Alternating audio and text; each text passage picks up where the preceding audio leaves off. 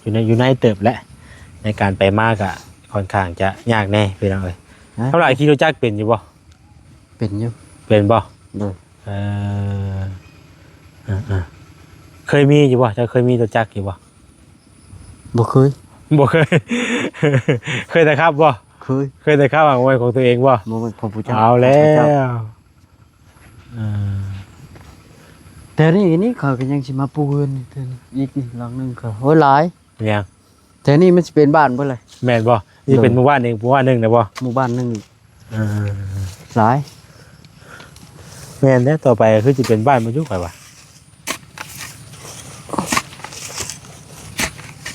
ครับเป็นอยู่รถจักรแต่พี่น้องเนาะแต่ว่ายังบ่เคยมีคำลาว่ะ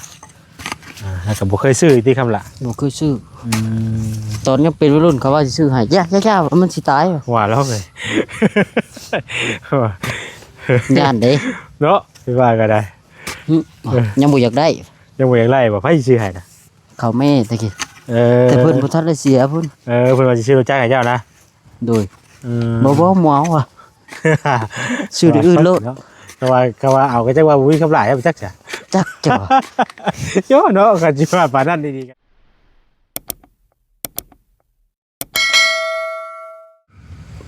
อ้าวพี่น้องเอ้ยพอๆกันตอนบรรยากาศแรงๆดูเพื่อนคำลาเด้อมื้อนี้ก็ได้เนาะมื้อนี้ก็มาหาทางคำลาคือเก่าพี่น้องเอ้ยเนาะสบายดีเด้อเนาะสบายดีพ่อแม่พี่น้องเบิดสุขุสู่คนพอๆกับซ่องเบาแสน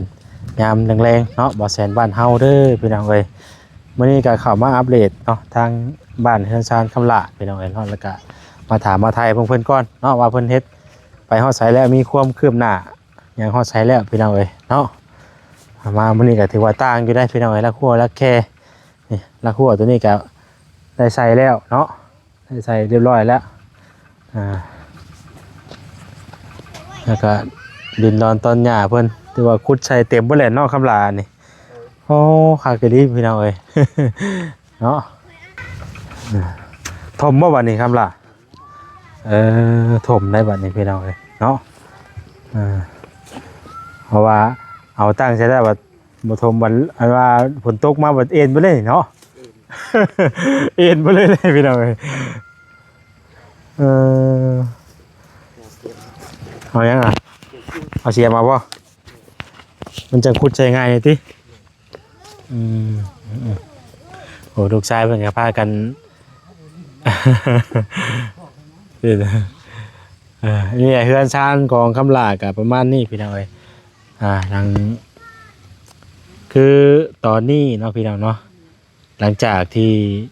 ตั้งเสาเทคานเรียบร้อยแล้วเนาะเฮือนคำลาตอนนี้ก็ยังขาดงบเรื่องโครงหลังคาเนาะค่าซุ้มค่าสร้างนั่นแหละพี่น้องเอ้ยเนาะแต่ก็คือฮู้แหละพี่น้องเอ้ยตอนนี้ก็ยังงบยังบ่เพียงพอในการดำเนินการต่อเรื่อง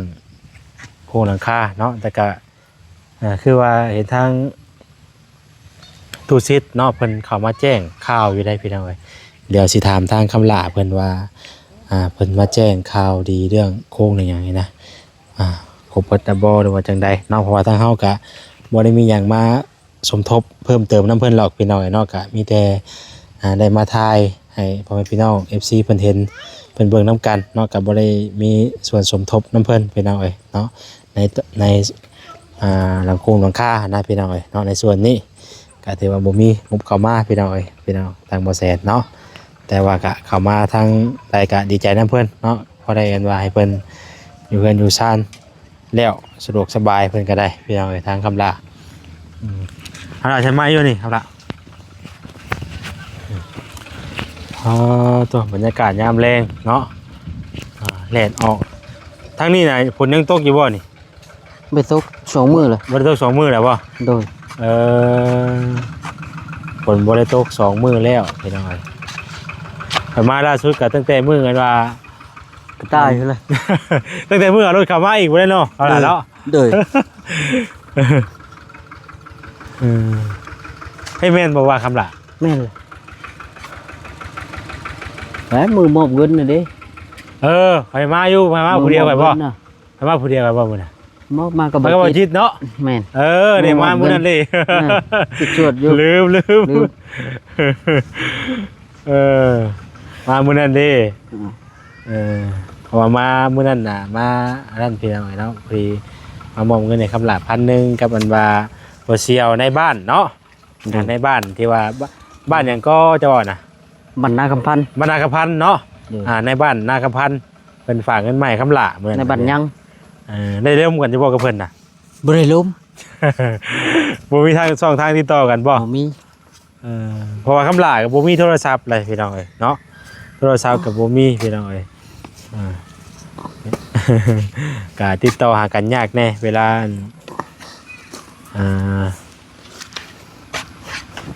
หยังก็ คงบ่ได้ไปเอง เวลาเฮาสิสื่อสารหากันสินะพี่น้องเอ้ยคือในช่วงนี้ก็เพิ่นมาอยู่ทางนอกไปได้พี่น้องเนาะอยู่ในเติบและในการไปมากอะค่อนข้างจะยากแน่พี่น้องเอ้ยเท่าไหร่คิโลจักรเป็นอยู่บ่ เป็นอยู่ เป็นบ่ โดย เคยมีอยู่บ่จะเคยมีตัวจักรอยู่บ่ บ่เคย บ่เคย เคยแต่ครับบ่ เคย แต่ครับเอาไว้ของตัวเองบ่ บ่แม่นของผู้เจ้า เอาแล้วแต่นี่เขาก็ยังสิมาปูนเทื่ออีกนี่หลังนึงเขาโอ้ยหลาย ยัง แต่นี่มันสิเป็นบ้านเบ่เลย แม่นบ่นี่เป็นหมู่บ้านเองหมู่บ้านหนึงนะบ่ หมู่บ้านนึงหลาย แม่นแล้วต่อไปก็คือสิเป็นบ้านบ่อยู่ไปว่ะ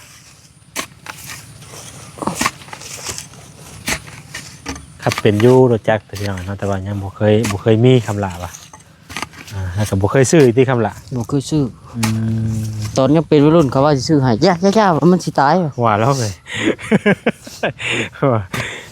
ย่านเด้ เนาะพี่ว่าก็ได้ ยังบ่อยากได้ ยังบ่อยากไล่บ่ไผสิซื้อให้นะ เขาแม่ตะกี้ เออ แต่เพิ่นบ่ทันได้เสียเพิ่น เพิ่นว่าสิซื้อรถจักรให้เจ้านะ โดยบ่หมเอาอ่ะ ซื้อได้อื่นโลด ก็ว่าเอาก็จักว่าบ่มีคำลาให้จักจ้ะ จักจ้ะ โยเนาะก็สิว่าปานนั้นดีๆก็ได้ พูดล็อกเนาะเอ้ยพี่น้องเนาะ ขอปี เอ เสียมใหญ่โพด โอ้ยเจ้าก็คุดได้โพดเสียมบ่ใช่ใหญ่แท้นี่ ฮะ เสียมบ่ใช่ใหญ่แท้ บ่เวียงชื่อเลยอะ โอ้โหแปลว่าสิเป็นล้มล่ำเสียมนี่แหละครับว่า เขาเจ้าเฮ็ดนักตามเสียม เออ ไอ้กึ้นละเฮ็ดนี่ก็ ไอ้ขึ้นนี่ขึ้นสมชื่อดีเนาะขึ้นสมชื่อดีอันว่าล่ำเสียมก็ได้ ผู้เฮ็ดนี่ผู้ขุดตีบ้านให้มันจนข้างเหลือง ขึ้นสมชื่อโอ้โหพี่น้องเอ้ย ถ้าผลบ่ตกบ่ลิ้นมันก็เฮ็ดได้อยู่อหย่างก็ได้เนาะ โดย คือแบบนี้แหละเนี่ยมันก็พอเฮ็ดได้อยู่เฮ็ดก็ตอกก็แตกไปบ่ใช่บ่เข้าใจป่ะบ่ตัดบ่นี่น่ะ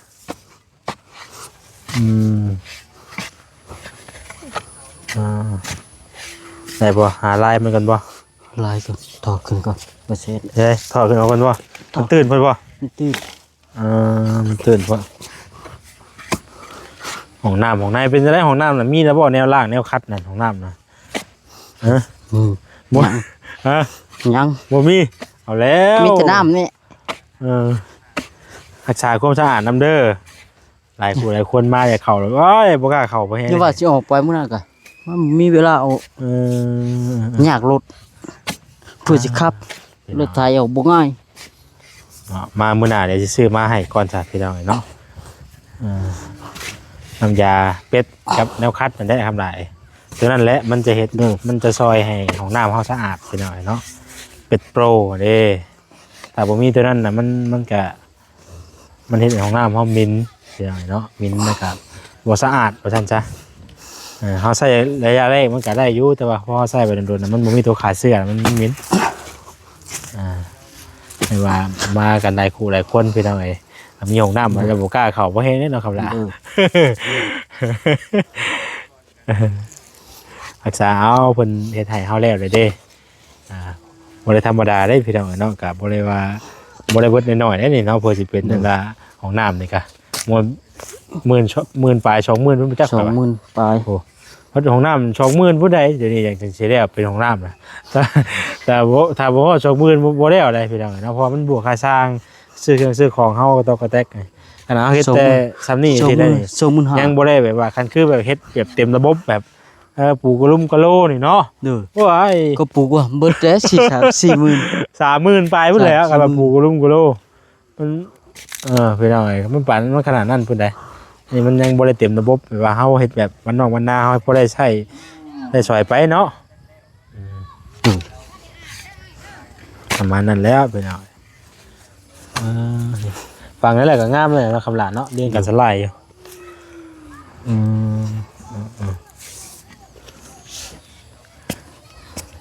นี่ก็มีคนเข้ามาอยู่ติเป็นจะได้สารตู้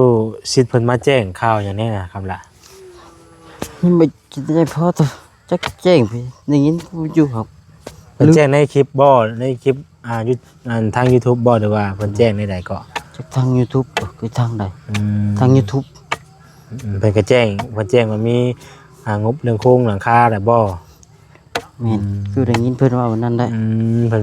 ว่ามีงบเข้ามาแล้วเนาะ เด้อ แต่ว่ายังบ่ทันได้ฮู้ว่าสิ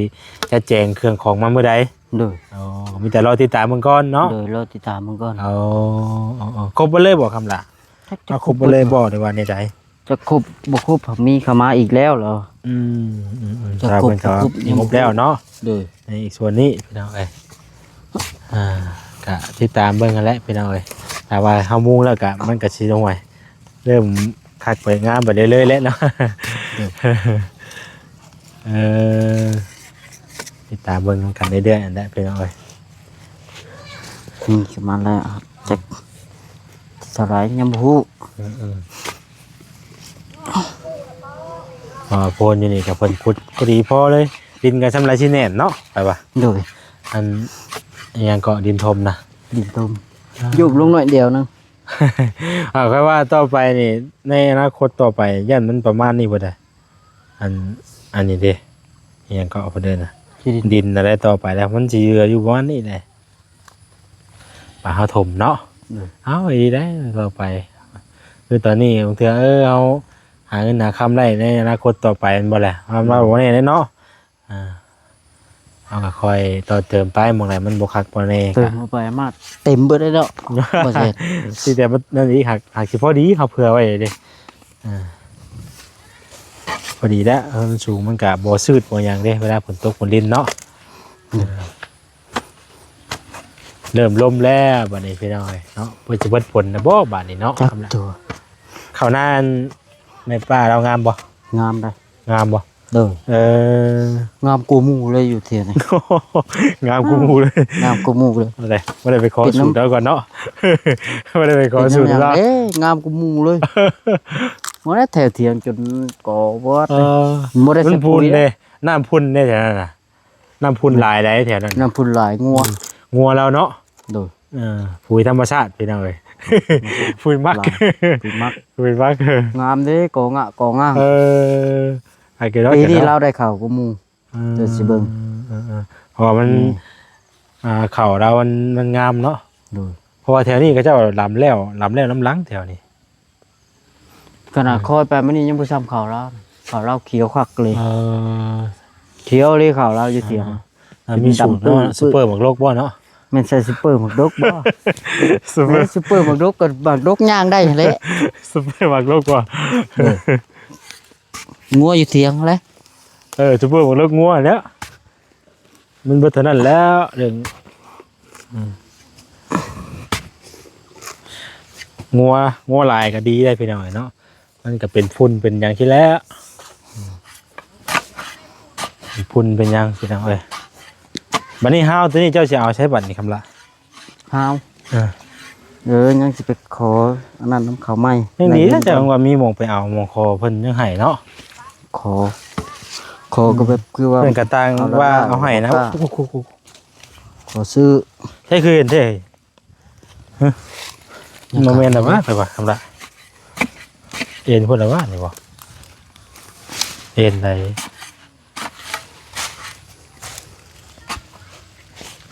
โอ้ตามเสียมเขาโอ้ยโพบ่ตามเสียม ก็ว่าให้คุดกับคักนี่ไว้เป็นลมย้อนได้บ่ล่ะโอ้ยสมชื่อเลยเนาะเพราะดินมันอ่อนเนาะล่ะดินมันอ่อนเนาะโดดจับบ่ได้ก็มันแบบอันนี้เบิดอย่าลง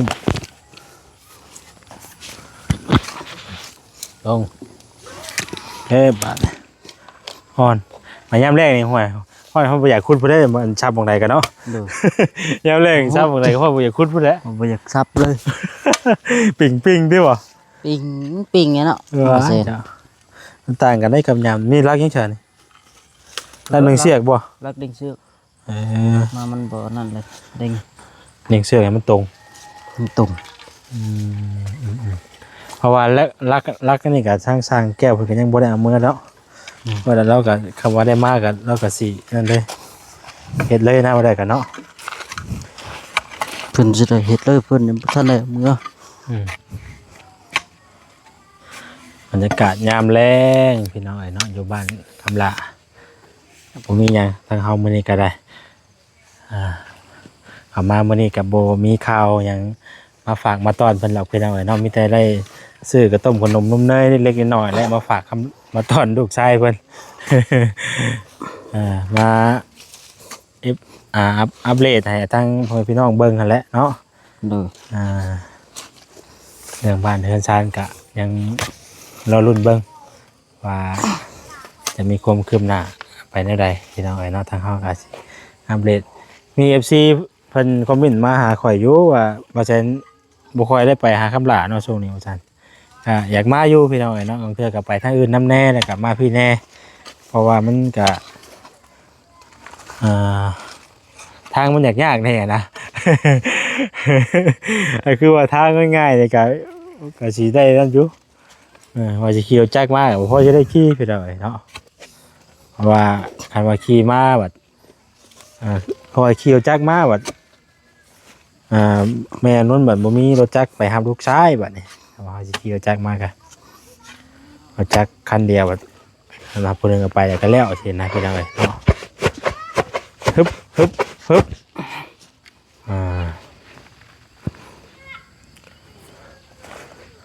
แต่ว่ากล้วยเฮาก็เริ่มแตกแล้วเนาะครับล่ะ เด้อ มันบ่ได้บวมน้ำบ่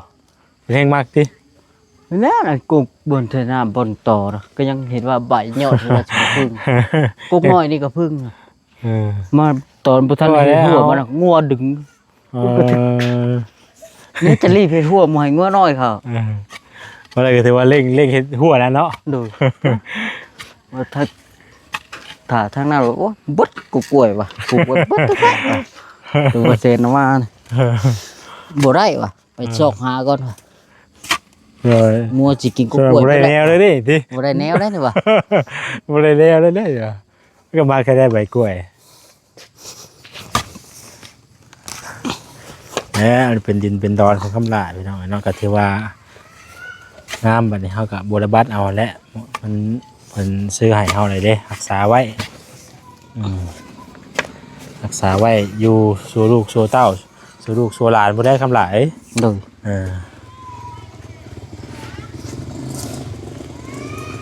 ให้ลูกให้เต้าอยู่ ไม่ยัง